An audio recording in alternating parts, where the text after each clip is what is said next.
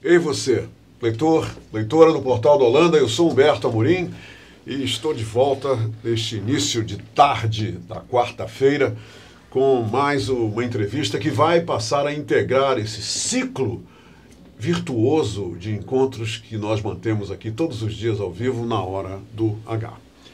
E hoje eu vou entrevistar uma personalidade que integra a constelação privilegiada daqueles que brilham no setor da medicina no estado do Amazonas. E eu estou falando do Dr. Júlio Mário de Mello e Lima, que é superintendente do Hospital Universitário Getúlio Vargas. Para todos vocês que estão nos assistindo fora do estado do Amazonas, eu quero dizer que o Hospital Getúlio Vargas, antes ele era Hospital Getúlio Vargas, ele faz parte, ele integra a história da cidade de Manaus. E eu, inclusive, publiquei, e vocês devem ter lido, divulgando a vinda do doutor Júlio Mário para essa entrevista, eu publiquei o seguinte, que o atual hospital, e eu posso dizer o moderno e atual Hospital Universitário Getúlio Vargas, foi inaugurado em, olhem só, 1965. Na mesma época, o curso da Faculdade de Medicina foi implantado e iniciou o seu funcionamento. Já em 1981, o então HGV, Hospital Getúlio Vargas, foi cedido à Universidade do Amazonas e 2 anos depois o hospital e o seu patrimônio foram doados à universidade atual, que antes era UA. As coisas foram mudando ao longo do tempo. Então era HUV, UA, e agora nós temos HUGV e nós temos UFAM, a Universidade Federal do Amazonas. Então, e o Hospital Universitário Getúlio Vargas tem como missão cultivar o saber em todas as áreas do conhecimento por meio do ensino, da pesquisa e da extensão, contribuindo sobremaneira para a formação de cidadãos e o desenvolvimento do nosso querido, amado estado do Amazonas.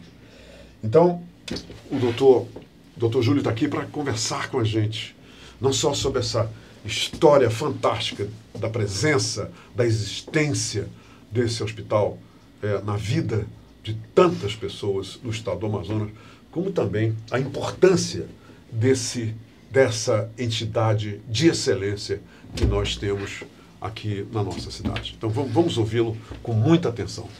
Doutor Júlio, seja muito bem-vindo à Hora do H. Que bom que o senhor me recebeu lá e agora eu estou lhe recebendo aqui com a mesma alegria e entusiasmo. Bem-vindo, doutor Júlio. Humberto, obrigado a todos e vamos conversar um pouquinho. Eu, Humberto e vocês aí vão nos ouvir, mas tenho uma complementação a fazer no que começou o Humberto.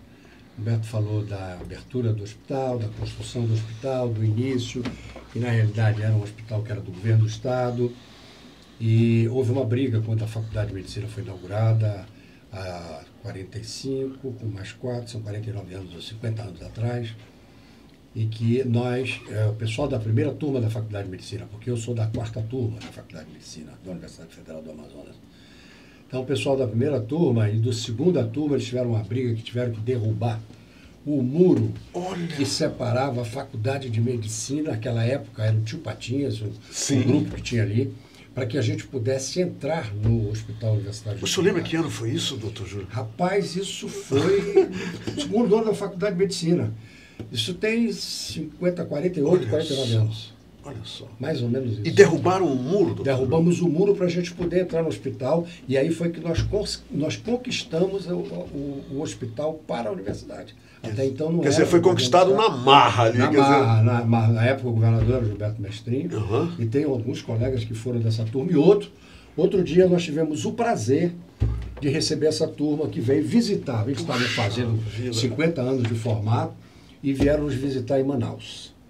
E aí eu fui apresentar um novo hospital para eles ficaram maravilhados com o hospital, com a condição do hospital de hoje, e aí contaram como foi, queimaram o portão, é uma história interessante, que nós estamos resgatando, Humberto.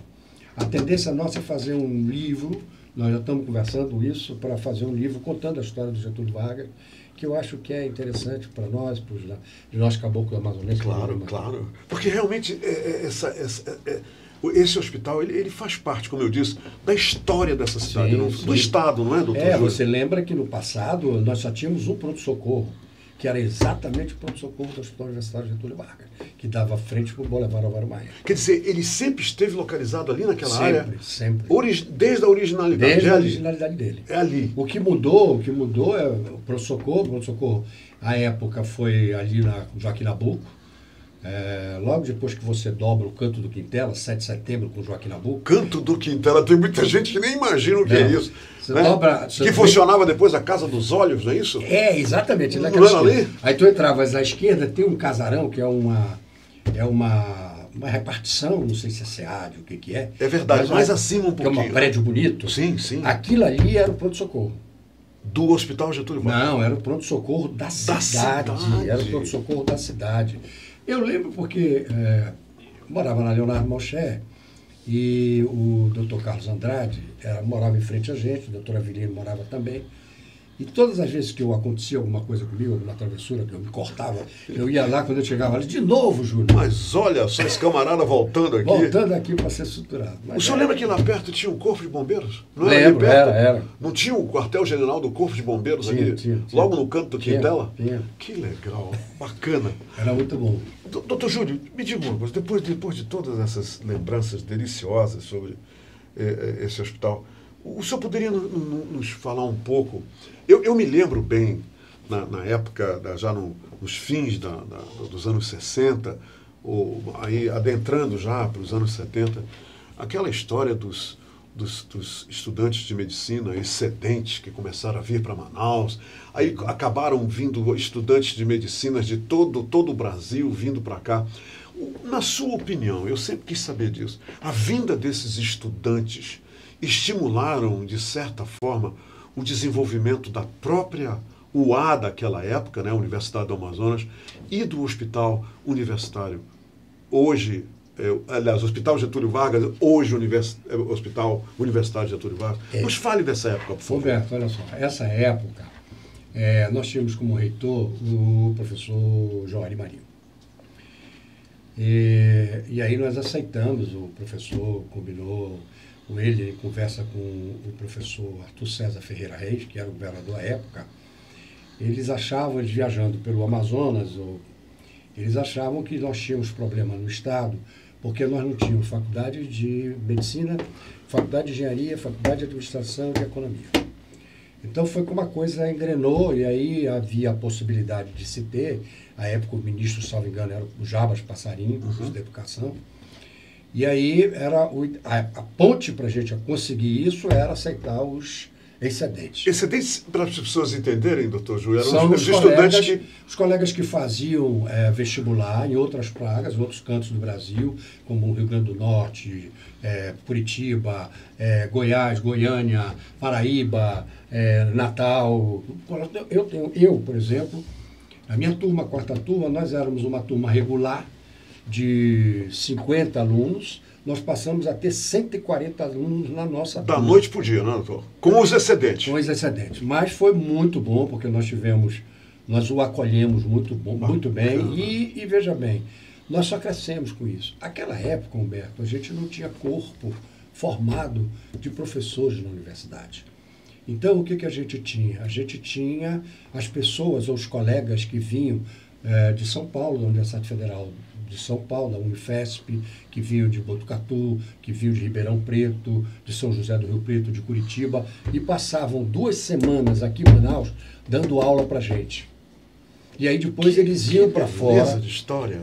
Iam para fora, voltavam para a terra deles, aí vinham mais outros e assim sucessivamente. Até que começou a formar corpo. Hoje nós temos corpo de professores dentro da universidade, claro. Tá certo? Que foram formados. Hoje nós temos curso de pós-graduação. Encontrei com o Fernando Westphal ontem e ele me disse que tem 30 inscritos no curso de mestrado. Ou seja, nós estamos avançando junto com a universidade, junto com a Faculdade de Medicina. Quer dizer, a evolução continua, não é? Muito boa, contínua. Isso não tem outra parte. É a história do hospital. Claro. A história do hospital, Veja bem, por exemplo, eu tinha vergonha, eu posso dizer isso para vocês vão me ouvir, eu tinha vergonha de levar um colega no hospital. Um colega que vinha de fora para nos visitar, para fazer uma palestra aqui, porque o hospital realmente deixava muito a desejar. Isso na década de 90, isso, por aí, do 80? 10 anos atrás. 10 anos atrás. Puxa 10 anos vida. Atrás. Porque, veja bem, no hospital a gente tinha problema até com o elevador. Nós, uma época, nós éramos o Sérgio Ferreira Filho, que é um amigo que é anestesista hoje, está na direção da Unimed. O Sérgio era o diretor e era o vice-diretor do Getúlio. E aí nós trouxemos aqui, num curto espaço de tempo, salvo engano, 4 ministros, por conta do Getúlio Vargas. E o último chegou e disse, aqui não tem nem como fazer reforma, aqui tem que construir. Poxa vida!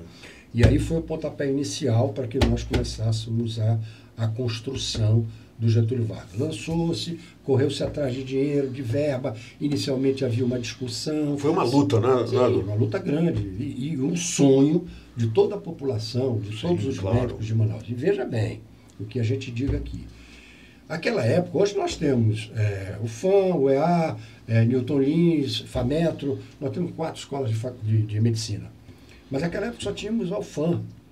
E nós, hoje, a gente pode dizer que 90% dos médicos formados estão aqui em Manaus. Os 90% dos médicos de Manaus, eles foram formados. É a boa notícia, né, doutor? Eu acho que é a boa notícia. Isso aí é a amostra de que o hospital universitário ele é um elemento formador. Antes de nós passarmos para uma próxima etapa dessa história do HUGV, eu quero lhe dizer que, como repórter da TV Amazonas, eu presenciei e documentei uma vez a entrega da doação de uma Kombi para o HUGV. O diretor era o Lourivaldo Rodrigues, Dr. Lourivaldo Rodrigues, e eu estava lá e uma empresa doou uma Kombi para usar como ambulância, como alguma coisa, para o hospital. Muito bem, tendo isso como pano de fundo, doutor Mário, me diga uma coisa.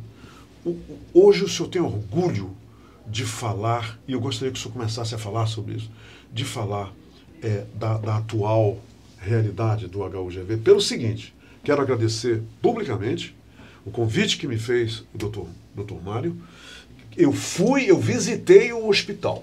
Eu estive lá nas várias dependências do hospital. Eu vou pedir para ele falar agora da realidade do HUGV. E eu quero que o senhor me permita, ao longo da sua narrativa, eu me meter um pouco, porque, como eu estive lá, eu captei muita coisa que me impressionaram e que eu gostaria de também... Eu quero ajudar a enfeitar esse maracá maravilhoso que nós vamos agora tocar para os nossos leitores e leitoras. Olha, Qual é a realidade do hospital hoje, doutor? Eu fico feliz da vida, em princípio, em falar do Hospital Universitário Getúlio Vargas, porque aquilo é a minha vida. O Getúlio foi minha vida. Eu saí daqui, porque à época nós não tínhamos residência de ortopedia. Eu fui para fora. A sua especialidade é em ortopedia, não é, doutor? Eu fui para fora fazer especialidade lá com o professor José Albano da Nova Morteiro, no Hospital Municipal Miguel Couto. E aí, naquela época, nós podíamos fazer já o internato na especialidade que a gente queria cursar. Então, eu já cursei o internato na ortopedia. Aí fiz o internato, primeiro e segundo ano. E aí, nesse período, eu fui convidado para entrar para a Faculdade de Medicina, porque precisava, eu estava fazendo mestrado já na Universidade Federal. E aí fizemos. E aí hoje, o sonho que a gente tinha, hoje ele é realidade. Não tem jeito, ele é realidade. E hoje o hospital, vamos começar do térreo. O térreo hoje, Humberto, eu mostrei para você, nós temos, esse ano, nós fizemos um contrato de objetivos com a empresa brasileira de hospitais universitários, a EBSER, assinando eu e o general Ferreira. O general assinou comigo e cumpriu o que ele prometeu no contrato de objetivo. Então a gente deve estar recebendo um mamógrafo top de linha, um mamógrafo de geração nova, para a gente integrar aquela área de imagem que você viu ali. Que eu visitei, exato. Então, nós temos uma área de imagem, quem entra no hospital à direita da gente tem uma área de imagem, em que nós temos, para começar, nós temos um mamógrafo, depois a gente tem um raio-x de 500 mA, depois a gente tem a parte de revelação, depois a gente tem espirômetro. E vejam bem o tempo do verbo que o senhor está usando. A gente tem, já tem, está lá, não é, doutor? É. E veja bem, aí temos um telecomandado, que é um raio-x mais sofisticado para a gente fazer trânsito intestinal, essas coisas todas. Aí nós entramos na área de imagem mais definida, que seria a nossa tomografia. Nós temos um tomógrafo novo, que nós já compramos em 2018, nós compramos esse tomógrafo de 16 canais.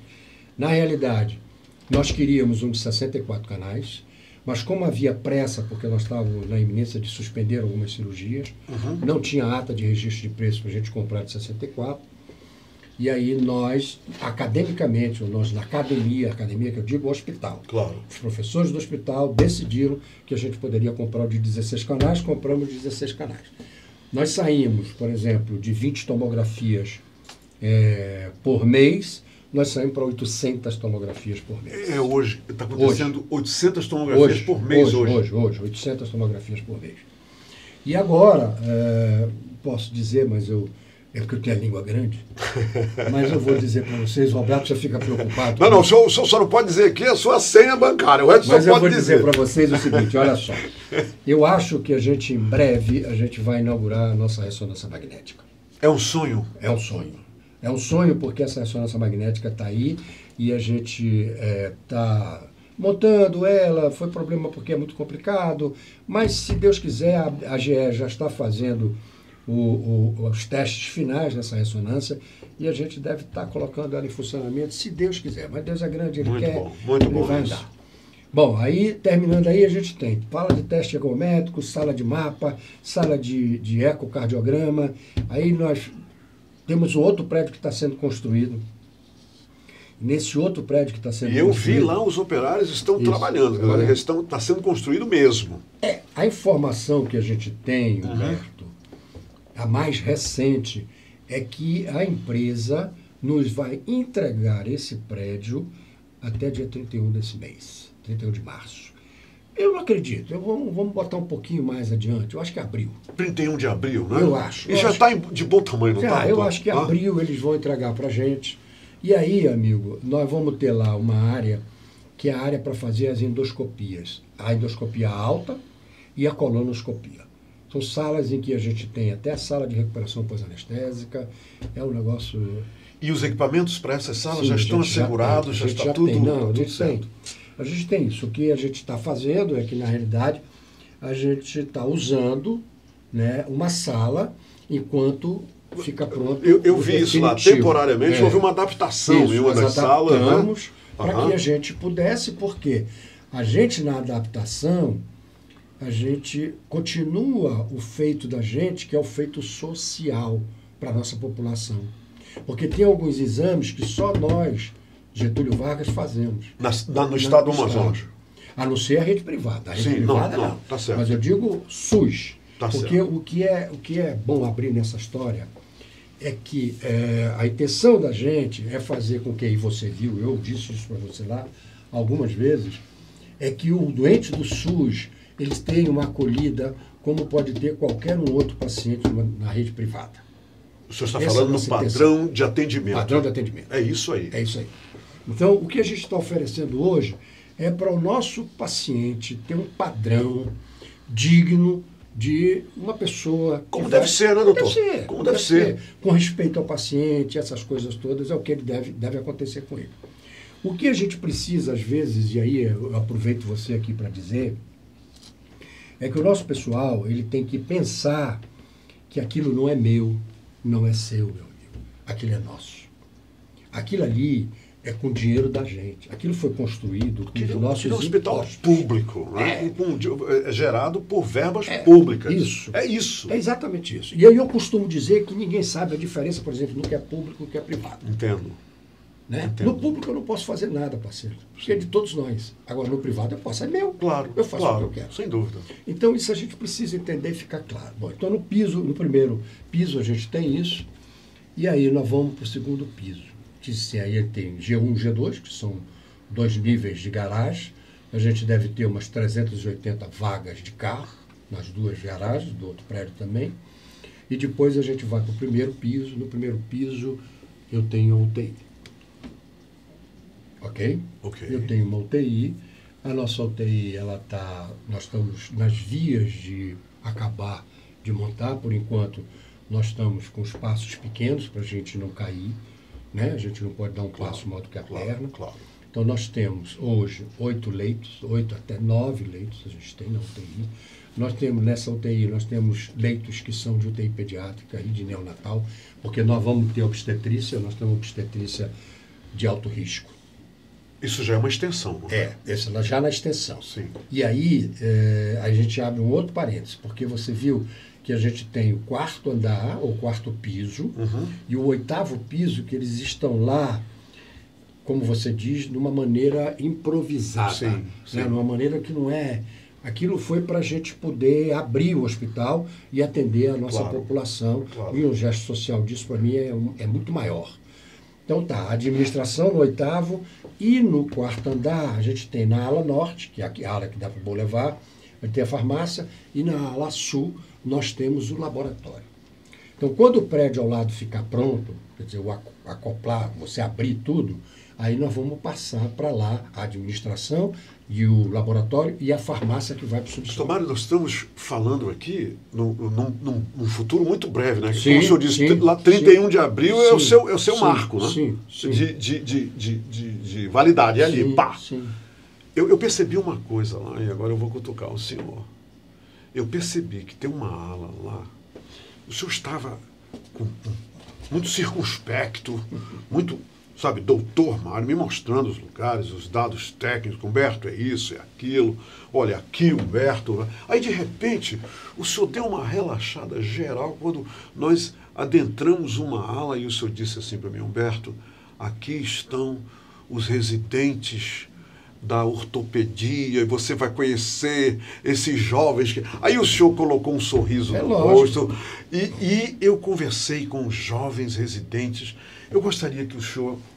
primeiro, que o hospital universitário é um hospital escola. Não é isso? Isso aqui tem que ficar muito bem claro para todo mundo. É um hospital escola. Muito bem. Nossa ideia não. A ideia da empresa e do Ministério da Educação, porque nós somos ligados na EBSE, que é ligada ao Ministério da Educação. Nós somos um hospital federal, mas nosso foco é formação. Formação. Exatamente. Formação. É por isso que eu vi aqueles estudantes alegres. Pesquisa e a extensão. A assistência, ela não pode ser desacoplada do ensino, porque é medicina. E nem será, né? Nem será, não pode. Não pode. Ter contato com o doente. Claro. Mas isso é o que tem que ficar claro para a gente. Nós temos que ter entendimento. Às vezes a gente tem problemas, porque... Vamos imaginar aqui que Humberto seja um proctologista e tenha um paciente que tem uma diverticulite e precisa ser internado porque os alunos da coloprocto precisam ver uma diverticulite. Claro. Então, você tem que internar porque eles têm que ver o doente como é um doente que tem uma diverticulite. Sim. O que a gente não pode, por exemplo, eu tenho 400 pacientes na fila para fazer apêndice. E aí vão botar 400 cirurgia de apêndice e o cirurgião vai sair só cirurgião de apendicectomia. Não, ele é um cirurgião geral. Entendi. Ele tem que fazer apendicectomia, colecistectomia, gastrectomia. E nós estamos falando dos residentes, dos alunos aí. Isso aí o senhor está dizendo, ensinando os alunos. Exato. Sim, para botar eles no mercado. Claro. Ou seja, para eles trabalharem no João Lúcio, no 28, no Platão e nos demais hospitais tem aí, o que a gente tem feito. Muito bem. Prosseguindo, então, aí o senhor relaxou, me apresentou os residentes, conversei com eles. Sim, mas agora me diga como foi a sua conversa com eles. Foi uma conversa super agradável, as meninas, os moços lá, todos animados e tudo. E o que eu achei muito interessante, primeiro que eles estavam todos alegres, eu percebi alegria em todos eles, né? As meninas conversando comigo, as futuras médicas. Me diga uma coisa, essas meninas, que eu estou chamando de meninas, mas já são quase médicas, são meninas e meninos que estavam lá, que eu conheci, é verdade. Eles permanecem lá quantos anos E quando acaba o período de cada... Eu estou imaginando que é uma turma, né? Que entra. O que acontece? É imediatamente substituída por outra? Outra. Quer dizer, isso é um ciclo que não termina, doutor? Então você pegou, por exemplo, você citou o exemplo da ortopedia. Foi. Então, ali, quem você conversou com R2. É verdade. Ou seja, são as R1s que estão entrando agora em R2. Por isso aquela alegria dela. Porque, veja bem, o problema da residência médica, Humberto, e todo mundo que está nos ouvindo, é passar do primeiro ano. Porque é o mais difícil. É o mais puxado. É o mais puxado. Então, veja bem, você na colação, tu recebe o teu canudo, eu sou médico, tudo é alegria, né? E, tal. E aí no dia seguinte tu tá na residência, tu vai pegar a maca, tu vai carregar doente, tu é um enfermeiro melhorado, tá certo? Mas isso faz parte... Essa é a realidade, não? Faz parte, porque tu tens uma cadeia hierárquica que tu tem, ele é o R1, aí vem o R2 e vem o R3. Quando o senhor fala R1... São 3 anos. 3 anos. R2? R2 é o segundo ano. É o segundo ano. E o terceiro ano é R3. É o R3. E aí tem o R4. Ele sai ortopedista, mas eu quero fazer coluna vertebral. Uma especialidade. É uma sub. Aí ele vai fazer o fellow e passa um ano e meio fazendo coluna vertebral. Eu quero fazer mão, eu quero fazer joelho, eu quero fazer ombro. Olha só. Tá certo? Aí ele vai fazer uma subespecialidade. Às vezes a gente viabiliza isso. Humberto, isso aí, como tu citaste ortopedia, eu sou hors concurso em ortopedia. Porque, veja bem, não é por conta disso não, mas eu posso dizer para vocês que a ortopedia começou com o meu mestre, o meu professor, que foi o Dr. Júlio Rufino Torres. Foi quem começou a ortopedia dentro do Hospital Universitário Getúlio Vargas, e a gente não pode deixar de citar o nome dele, ele foi fantástico, sem dúvida. Mas o professor Júlio, ele fez um serviço de ortopedia, e aí, quando ele se aposentou, nós assumimos o serviço de ortopedia. E isso, para vocês entenderem, existe uma prova, que é da Sociedade Brasileira de Ortopedia e Traumatologia, que vai acontecer agora, nesse final de semana, que é em Campinas, ela é realizada em Campinas. Todos os médicos residentes do Brasil inteiro vão para essa prova. Humberto, essa prova é da seguinte maneira. Primeiro você faz uma prova escrita. E aí se tria, passa, e quem passa é submetido a uma prova oral. E aí você tem os observadores dos serviços, que são nomeados para observar isso. Depois dessa prova oral, você vai ter uma prova de habilidade, ele vai te dar, e de exame físico.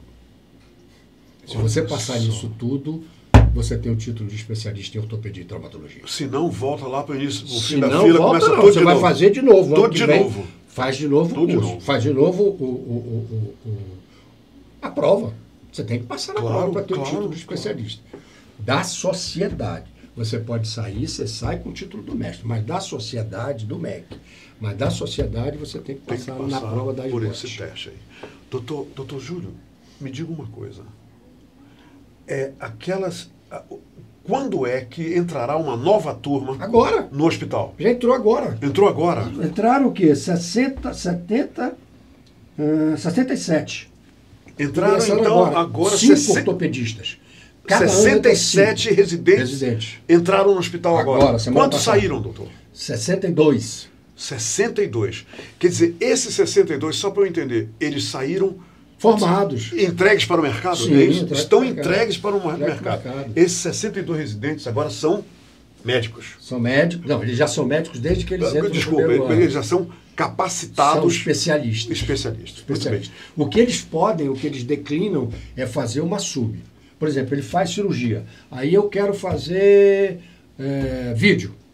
Ok. Aí ele vai fazer vídeo. Aí já é uma sub. Aí faz uma sub. Né? É isso. Eu quero fazer tórax, você vai fazer tórax. Eu quero fazer cirurgia plástica, aí você vai fazer cirurgia plástica. Quer dizer, o ambiente hoje lá... Mas você tem que ser cirurgião. Tá certo. Eu quero fazer urologia, você vai fazer urologia. Okay. Aí mais 3, 4 anos. O ambiente hoje lá no HUGV, se eu voltasse lá hoje, é um ambiente daqueles que saíram da formatura e estão encarando a realidade, estão pela primeira vez cara a cara com a realidade. Segura aquela maca ali, ei, pega aquilo ali, olha, levanta aquele paciente. É exatamente São os 67 62 que iniciaram, saíram. já saíram. E é assim, doutor, todo ano Todo acontece ano acontece isso. essa substituição? E todo ano, Humberto, a gente faz uma festa. É como se fosse uma colação. Que legal, que né? legal. A gente entrega o certificado para eles, com a presença do nosso reitor, do professor Pulga, e mais os preceptores das disciplinas que estão conosco, o chefe da comissão de residência médica, os gerentes do hospital, o gerente de ensino e pesquisa, o gerente de atenção à saúde, o gerente administrativo. E a gente faz a entrega e eles estão no mercado, você viu a felicidade delas. Eu comprovei. Você viu a felicidade delas. Conversei com elas. Bom, mas aí vamos lá. Então, nós chegamos no primeiro andar, que é a UTI. Eu disse para você já, mas vamos para o segundo andar. No segundo andar, nós temos centro cirúrgico, que nós colocamos o nome da professora Cremilda. Professora Cremilda, filha do professor... Meu Deus do céu. Daqui a pouco nós vamos lembrar. Nós vamos lembrar esse nome. Tu pode procurar esse nome, por favor. Professora Cremilda. E a professora Cremilda foi uma anestesista que tivemos lá e que foi uma professora de anestesiologia fantástica, que a gente se ressente até hoje. E o nome do nosso centro cirúrgico é da professora Cremilda. E aí nós temos lá 11 salas. 11 salas cirúrgicas.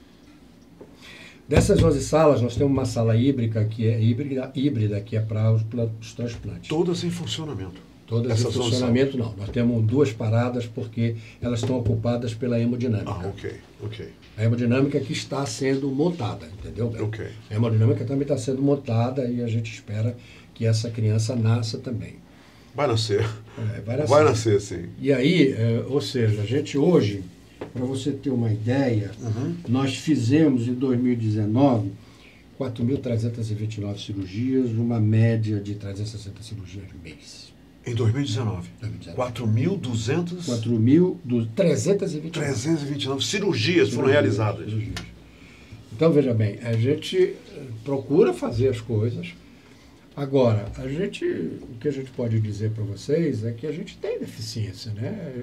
Eu não conheço nenhum serviço do Brasil. Não existe nada que não possa ser melhorado, né? Aqui não tem deficiência. Claro. Mas a gente tenta buscar, tenta fazer, tenta modificar a coisa para que a gente possa ter a garotada bem formada. Sem dúvida. Me diga uma coisa, o senhor acabei de lembrar, o senhor me mostrou também um local lá que eu vi o seu entusiasmo, vamos dizer, Humberto, olha só, a gente só funciona até 13h, a área de hemodiálise e com todas aquelas poltronas novas. Eu até falei para o senhor, puxa, dá para sentir o cheirinho de novo, porque tudo que é novo tem o cheirinho de novo, né? Como um carro novo. É verdade. E eu fiquei impressionado de ver a sala, um salão, não é uma sala. Não, são 18 salão, máquinas. Exatamente, da hemodiálise. Me fale daquele setor ali, por favor. Aquilo ali, a hemodiálise do Getúlio Vargas, ela era uma hemodiálise que nós tínhamos problema e tínhamos consciência de que tínhamos problema com a hemodiálise.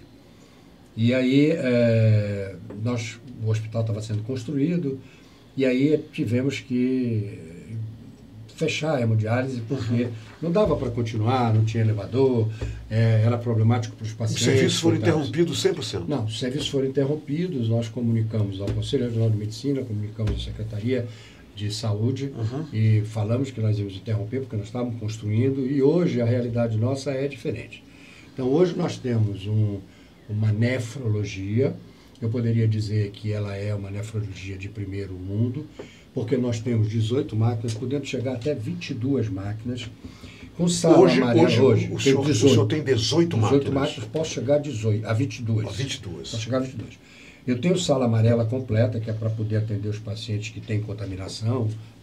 Às vezes a gente tem que, e não pode atender na mesma área por conta dessas contaminações que eles têm. E estamos funcionando. Agora, de novo, eu digo, nós no Getúlio Vargas, nós primamos, por quê? Pelo ensino. Ensino. O ensino é a coisa mais importante. Essa é a espinha dorsal, né? Essa é a espinha dorsal. Nós não podemos dar um passo maior do que a perna nossa pode dar. Então, nós temos que começar na nossa nefro devagar. Ok. Ou seja, nós estamos com um primeiro turno, aí depois... É por isso que só funciona de manhã, Isso. doutor? É por isso. Exatamente. Aí a proporção que, à medida que nós vamos aumentar para o segundo turno, aí depois para o terceiro turno.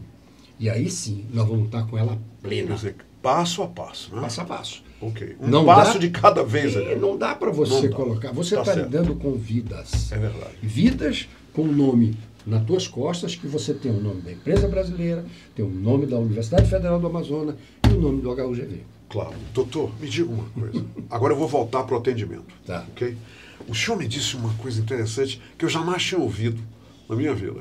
A gente caminhando ali, o senhor com todas as suas, distribuindo gentilezas lá, o senhor me disse, Humberto, este hospital é um hospital portas fechadas. Aí eu olhei para o senhor lembra o meu olhar para o senhor? Lembro. Humberto, esse hospital é portas fechadas. E o senhor me explicou. Muito bem. Eu gostaria que o senhor desse essa explicação aos nossos leitores e leitores, porque o senhor me explicou. Porque eu lhe olhei com aquele olho assim, o quê?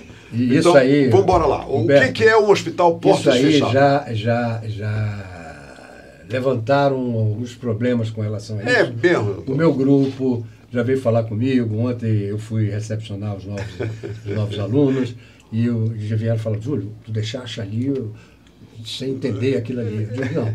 O problema da gente dizer é um linguajar que nós usamos entre hospitais. É um jargão isso? O hospital de porta aberta é um hospital que tem pronto-socorro, porque entra qualquer paciente a qualquer hora. Ok.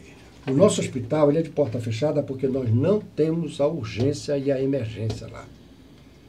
Tá certo? Entendi. Nós atendemos o paciente que vem do ambulatório Araújo Lima e os que vêm regulado do sistema do CISREG, que é o sistema de Quer regulação. dizer, clientes de outros centros de saúde. Os outros hospitais. Vem Outros pra gente hospitais. já regulado, com consulta marcada direitinho. Essa palavra regulado significa isso? Isso, Já porque vem com tudo existe um marcadinho, sistema. tudo certinho. Existe um sistema chamado Sistema de Regulação, que é controlado pela universidade, pela Secretaria de Saúde. Ok. E aí, azeitadinho, funciona direitinho. Eles têm que mandar para a gente. Para nós entendermos melhor, doutor Júlio, se eu tiver algum problema no meio da rua, por exemplo. Não, vamos imaginar eu não sou levado para o Getúlio Não, Vargas. você é levado eu pro sou levado para o 28 de 28. agosto. E lá é que eles decidem se eu devo ir para o Getúlio. É assim? Vai ver se você é uma urgência ou não. Ah, se você for urgência, ele vai te atender lá.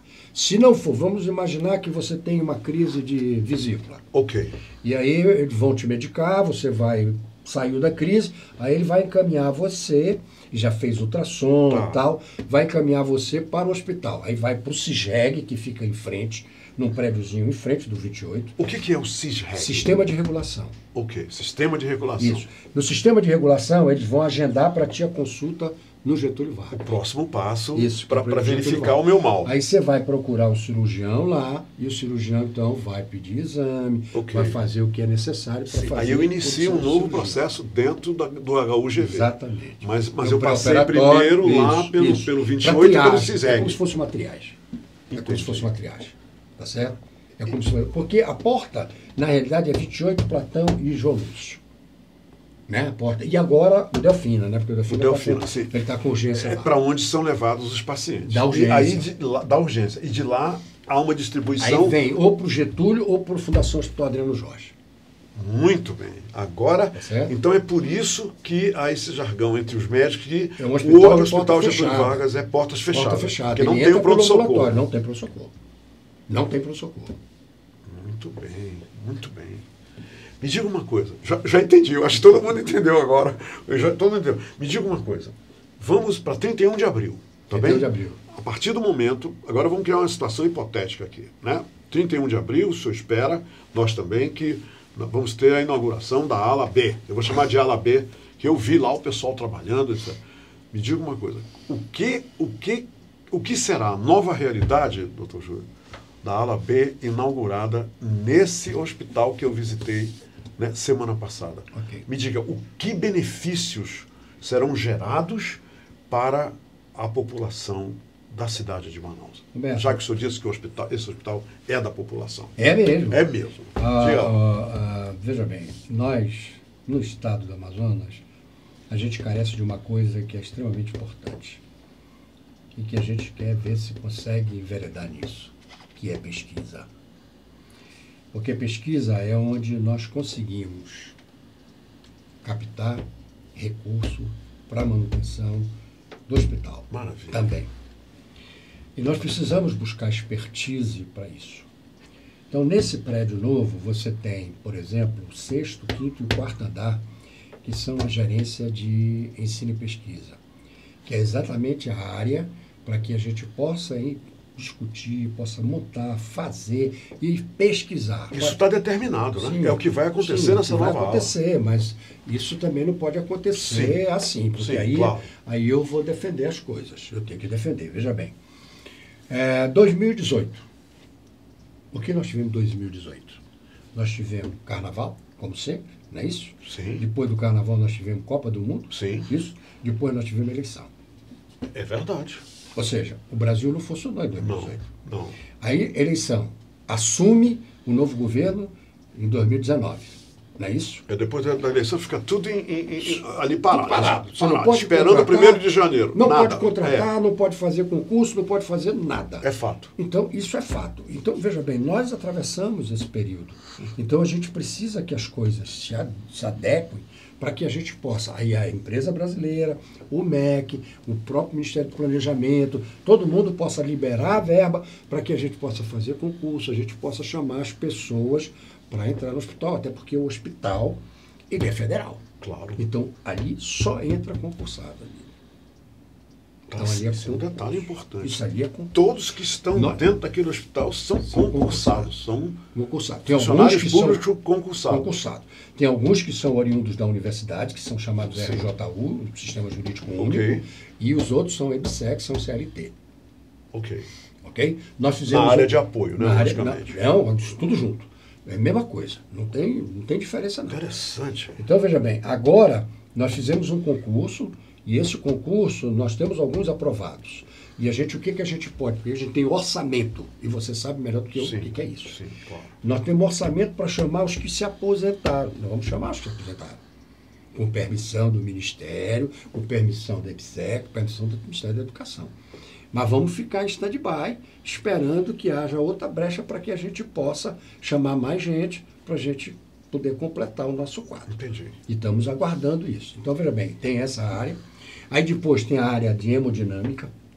Aí eu tenho a área de obstetrícia.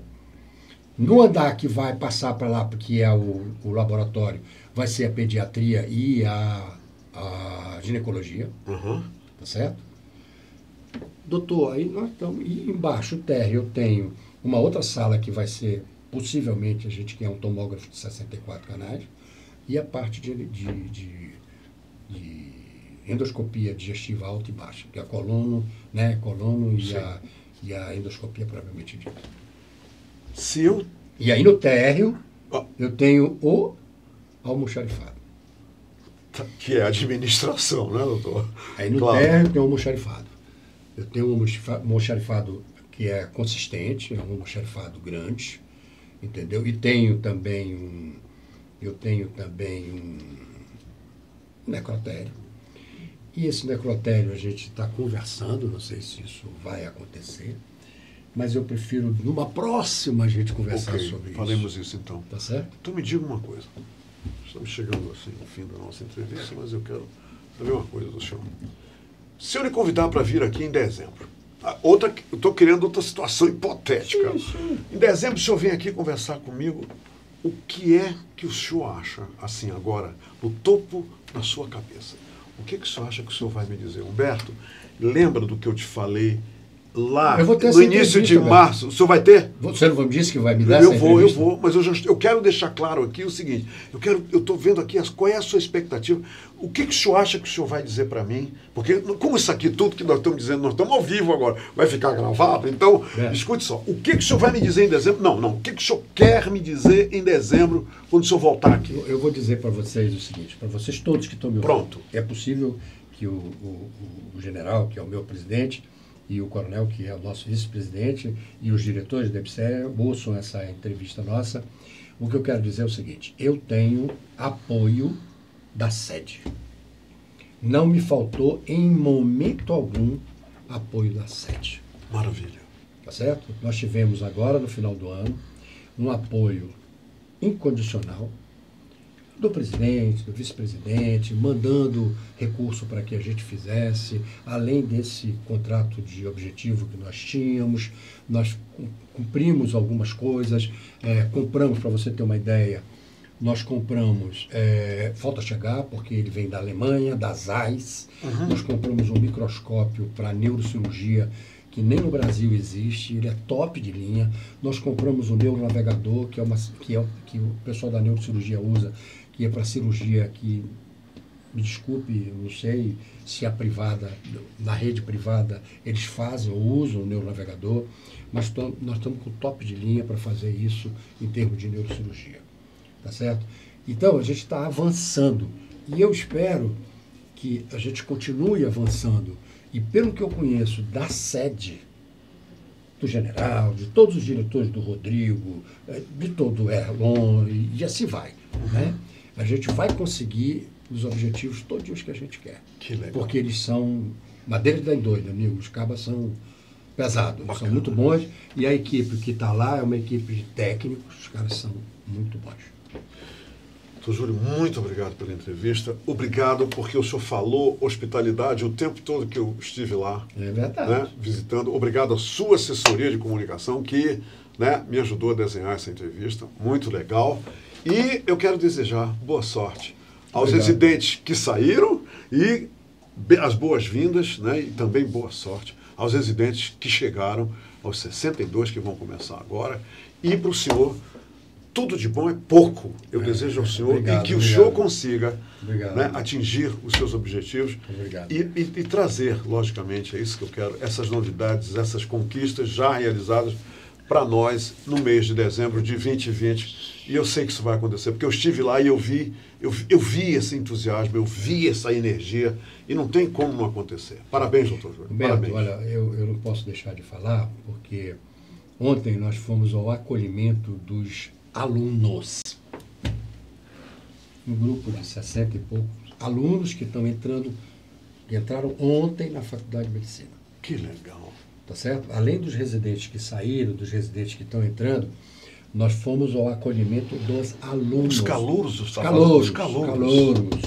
Os calouros. E aí nós colocamos para eles o hospital, dizendo que o hospital é deles, porque não pode ser diferente. O hospital foi criado para que pudesse ensinar e para que eles pudessem ter o prolongamento desse ensino deles, fazendo pós-graduação, em residência e etc, etc.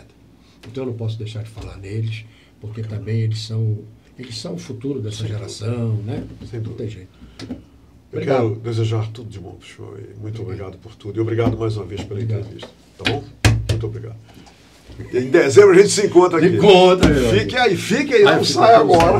Não sai agora. Minha gente, por hoje é só. Muito obrigado pela companhia. Vocês viram que essa entrevista foi uma entrevista muito informativa, alvissareira, e eu saio da entrevista com o Dr. Júlio com o meu entusiasmo muito mais lá em cima. Tá bem? Amanhã a gente retorna com uma entrevista que vocês, eu tenho certeza, também vão gostar. Nós vamos conversar sobre cultura. Amanhã é a quinta cultural. E eu vou trazer aqui um músico renomado da nossa cidade, doutor, que é músico de jazz e blues, você acredita? Regis Gontijo vai estar aqui com a gente. Que bom, rapaz. E vai ser, eu tenho certeza. Ele vai tocar alguma coisa? Vai ser muito legal. Não, eu estou errado, né, Paulo? Eu estou errado. Amanhã, errei. Eu fiquei tão entusiasmado aqui nessa entrevista. Amanhã é o superintendente do Manauara Shopping. Então são dois superintendentes. São dois superintendentes. Hoje ele que vem falar sobre o que o Manauara Shopping está preparando para a nossa cidade até dezembro. Que eles também estão, como lá no HUGV, eles estão inventando um monte de coisas, um monte de acontecimentos para beneficiar a população que vai lá se divertir. Isso é muito legal. Isso é muito legal. Né? Até amanhã, minha gente. Um abraço. Um abraço.